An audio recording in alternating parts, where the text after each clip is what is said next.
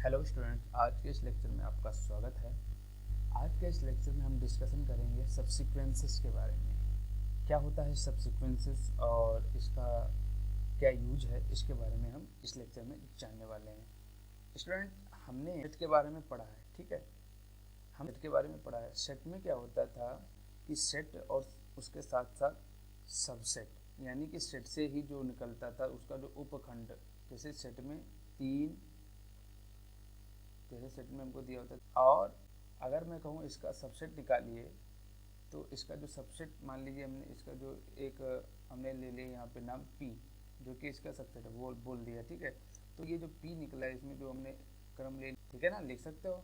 लेकिन आप इससे रिलेट करके, आप इसे रिलेशन या रिलेट करके आप उसको समझ सकते हैं, किसको, सब सीक्वेंस को, ठीक है। देखिए सीक्वेंस के बाद क्या होता है, सीक्वेंस क्या होता है, सब सीक्वेंस, इसके बारे में हम अच्छे से जानते हैं। सभी सब सीक्वेंस के बारे में तो हम जानेंगे ही, ठीक है। तो सबसेट क्या होता था, सेट से निकलता हुआ था, निकला हुआ टर्म है। मतलब आप देखिए, ऑर्डर का कोई फर्क नहीं पड़ता, ये मैं जानता हूँ और आप भी जानते हैं।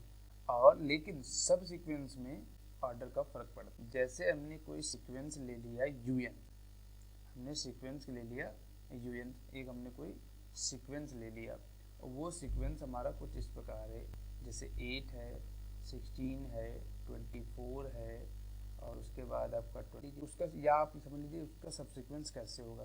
तो देखिए सब सीक्वेंस को हमने यहाँ पे ST या SM से डिनोट कर दिया, ठीक है। नोटेशन पे आप मत जाइए, सिर्फ कॉन्सेप्ट को समझने का प्रयास कीजिए। कैसे लिखेंगे, हमने कहा इसका सब सीक्वेंस अगर होगा, ठीक है, तो कौन कौन से प्रकार, मतलब किस किस तरह से लिख सकते हैं, उनके रूल क्या हैं वो समझिए, ठीक है ना। जैसे हमने सबसे पहले सीक्वेंस को देखा, ये सीक्वेंस जो है हमारा मोनोटोनिक स्ट्रिक्टली, क्या देख रहे हैं इस सीक्वेंस में, देख रहे हैं कि ये टर्म जो है स्ट्रिक्टली मोनोटोनिक है, इंक्रीजिंग में, ठीक। तो अगर हम इनका जो सीक्वेंस लिखेंगे, जैसे कि हमने कहा कभी कभी इसका सब सीक्वेंस लिखेंगे, सॉरी, ऑर्डर को देखेंगे, इसमें इंक्रीजिंग ऑर्डर में है, तो इसमें क्या है, इनकी पोजीशन, अगर हमने कहा कि इसका सब सीक्वेंस लिखिए और या आपको मिला, लिखा हुआ मिल गया, तो आप कैसे पहचानेंगे ये सब सीक्वेंस जो है सही है। तो 8 का अगर हमने कहा तो 8 आएगा पहले, मतलब लिखना है तो कैसे लिखेंगे, 8 को लिखेंगे तो 8, ये नहीं कि हमने 24 लिख दिया पहले और इसके बाद फिर आपने लिख दिया 16 लिख दिया, फिर आपने 40 लिख दिया और फिर बाद में 25 लिख दिया, यानी कि इसमें ऑर्डर का महत्व आप नहीं दे रहे हैं। बस यही बात ध्यान रखनी है, निकाल रहे हैं, हाँ समझ रहे ना आप। तो वो जो सब सीक्वेंस होगा वो ऑर्डर को रिप्रेजेंट करेगा, यानी कि उसको रिप्रेजेंट करने के लिए हमको ऑर्डर पर विशेष ध्यान देना पड़ेगा। जैसे हमने कहा UN का सब सीक्वेंस लिखना है, तो पहले आप लिखो, लेकिन जो भी टर्म लिखो उस टर्म के ऑर्डर पर कोई फर्क ना पड़े। जैसे हमने कहा 24, जरूरी नहीं 24 आप लो, आप 40 भी ले सकते हैं, ठीक है। 16 के बाद 40 आया, लेकिन अगर हमने कह दिया 40 के बाद आप इन दो टर्म में से कोई भी टर्म यहाँ पे लिख सकते हैं, लेकिन आप कह दो कि मैं 25 लिख दूँ तो इसका ऑर्डर गड़बड़ हो जाएगा, या 24 लिख दूँ 40 के बाद तो इसका ऑर्डर, 25 से पहले 16 आया है, 8 आया, पहले आएंगे, ठीक है। अगर हमने कहा 25 से पहले से, जैसे मैंने 48 लिख लिया, ठीक है, यहाँ पे 25 नहीं आएगा, ये तो क्लियर हो गया, क्योंकि सब सीक्वेंस का ऑर्डर गड़बड़ हो जाएगा, तो हमने लिख दिया यहाँ पे 48। अगर हम लिखना चाहें इसका अगला टर्म तो 46 नहीं लिखेंगे, लेकिन फिर इधर वाला भी टर्म ध्यान देना है कि अगर इधर वाला टर्म 46 है, ठीक है, तो 46 के और 48 के बीच जो टर्म आएंगे, यहाँ पे 46 है, मान लीजिए यहाँ पे 47 भी है, तो ये दो टर्म है, इन दो टर्म में से आप कोई भी टर्म यहाँ पे लिखा हुआ मिल गया है, मान लीजिए 47, तो ये सही है। अगर आपने लिख दिया 47 तो भी सही है। अगर आपने धोखे से भी, अगर आप 25 जो टर्म लिखेंगे वो लिखेंगे ऑर्डर में लिखेंगे, वो भी इंक्रीजिंग ऑर्डर में लिखेंगे। अगर हमने ये देखा कि हमारा कोई सीक्वेंस ये इस टर्म में लिखा है, किस टर्म में लिखा है, जैसे हमने लिख दिया 23, 20, 18, 16, और तो ये जो ऑर्डर देख रहे हैं, इस सीक्वेंस का ऑर्डर क्या है, ये डिक्रीज ऑर्डर है, यानी कि मोनोटोनिक डिक्रीज सीक्वेंस आप बोल सकते हैं, ठीक है। तो ये मोनोटोनिक डिक्रीज सीक्वेंस हो गया। अब हम इसका, अगर हम सब सीक्वेंस की बात करेंगे, तो इस सब सीक्वेंस के जितने भी टर्म होंगे वो हमारे किस ऑर्डर में होंगे बताइए, वो भी मोनोटोनिक डिक्रीज के ही ऑर्डर में ही होंगे, ठीक है ना। तो जैसे, ठीक है, तो अगर हम इसके सब्सिक्वेंस निकालेंगे तो वो भी इस टर्म में आ जाएंगे, जैसे 20 आया, 16 आया, फिर 10 भी आ सकता है। जरूरी नहीं कि वो सभी टर्म इसमें आए, कुछ भी टर्म आएंगे वो उसमें पोजीशन और उसके ऑर्डर पर विशेष ध्यान में रखते हुए आएंगे, ठीक है। अब जैसे कि हमने कहा UN, इस UN का पहला टर्म क्या है, 8वां, ठीक है। तो ये UN1 प्लस, यानी कि ये जो टर्म हुआ UN1 टर्म हुआ, ये कौन सा टर्म हुआ, UN2 टर्म हुआ, ये कौन सा UN3 टर्म हुआ, ये कौन सा टर्म हुआ, UN4, ऐसे ऐसे जहाँ तक होंगे वहाँ तक हम तो ये जो है N1 N2 भी आप लिख सकते हैं, कोई दिक्कत वाली बात नहीं। और इसको आप शॉर्ट में NP भी लिख सकते हैं, जो कि बिलोंग किससे करेंगे, किससे बिलोंग करेंगे, ये पूरा जो NP आप कह सकते हैं, ये पूरा NP भी आप सॉरी यहाँ पे जो P नेचुरल नंबर से बिलोंग अगर लिखेंगे तो गलत हो जाएगा, लेकिन NP को आप ओवरऑल मान लेंगे तो ये बिल्कुल सही हो जाएगा, ठीक है।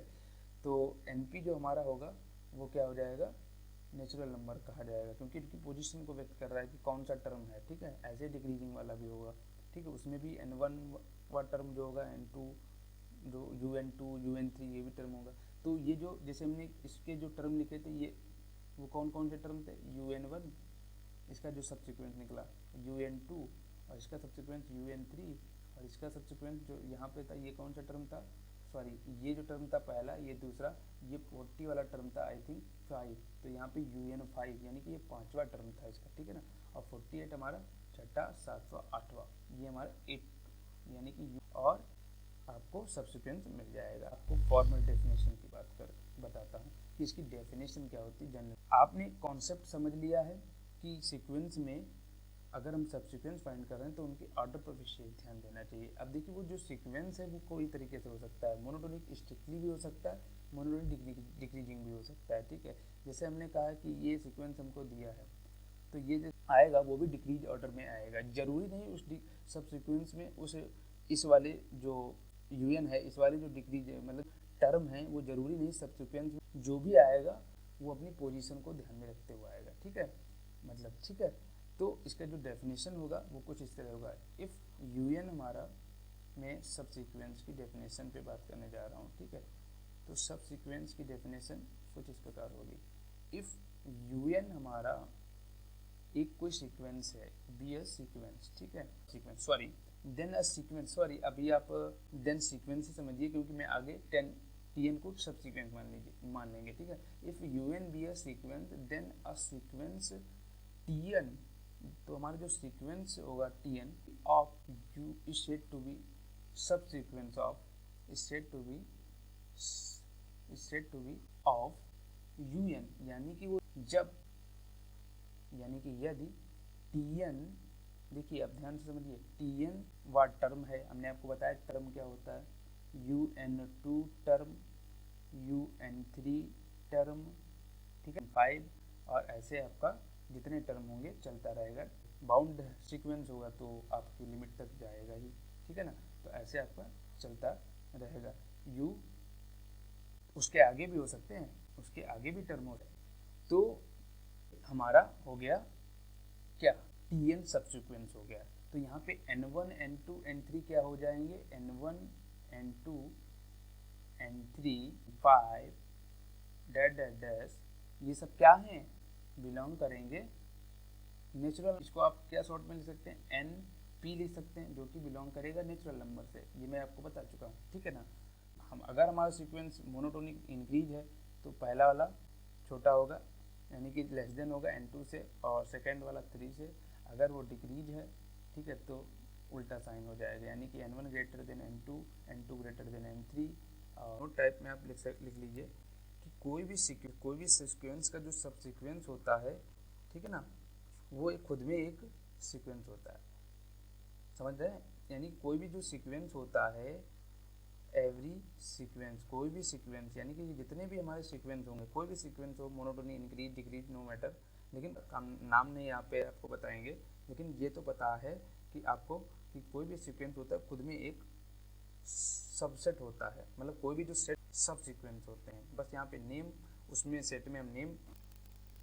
स्टूडेंट एक और पॉइंट नोट कर लीजिए कि अगर सपोज आप नोट के रूप में लिख लीजिए, सपोज हमारे पास 3 सीक्वेंस हैं, ठीक है, 3 सीक्वेंस हैं या सब सीक्वेंस आप मान लीजिए हमारे पास 3 सब सीक्वेंस, क्योंकि यहाँ पे टॉपिक सब सीक्वेंस का, तो मैं आपको सब सीक्वेंस से ही बताने का प्रयास करूँगा जिससे आपको आसानी में कन्फ्यूजन ना हो, ठीक है। तो मान लीजिए या आप कह लीजिए SN जो होगा वो UN का भी सब सीक्वेंस होगा। एक बार फिर से समझिए कि अगर TN UN का सब सीक्वेंस है, ठीक है, और SN TN का सब सीक्वेंस है, तो SN भी UN का सब्सिक्वेंस, एशन जो होगा यूएन का भी सब्सिक्वेंस होगा। ये आप ट्रांजिटिव रूल से आप समझ सकते हैं, ठीक है, ट्रांजिटिविटी से आप समझ सकते हैं, आप फंक्शन में आपने इंटर में पढ़ा होगा, ठीक है, उस हिसाब से आप इसको यहाँ से रिलेट कर सकते हैं। तो स्टूडेंट, हम आपको एक बार फिर से बताना चाहेंगे कि जो सब्सिक्वेंस होगा उसकी मेन डेफिनेशन को या उसको समझने के लिए हमको वो सभी कंडीशन फुलफिल कर रहा है, वो कंडीशन कौन कौन सी है, वो सब्सिक्वेंस में सबसे पहले हमें देखना होता है जो टर्म है उनके टर्म किस पोजीशन पर हैं, ठीक है ना, वो टर्म क्या बिलोंग कर रहे हैं उससे देखते हैं, और उसके बाद हम अपने क्वेश्चन को आगे की ओर प्रोसीड करते हैं। तो मिलते हैं अपने नेक्स्ट लेक्चर में, तब तक के लिए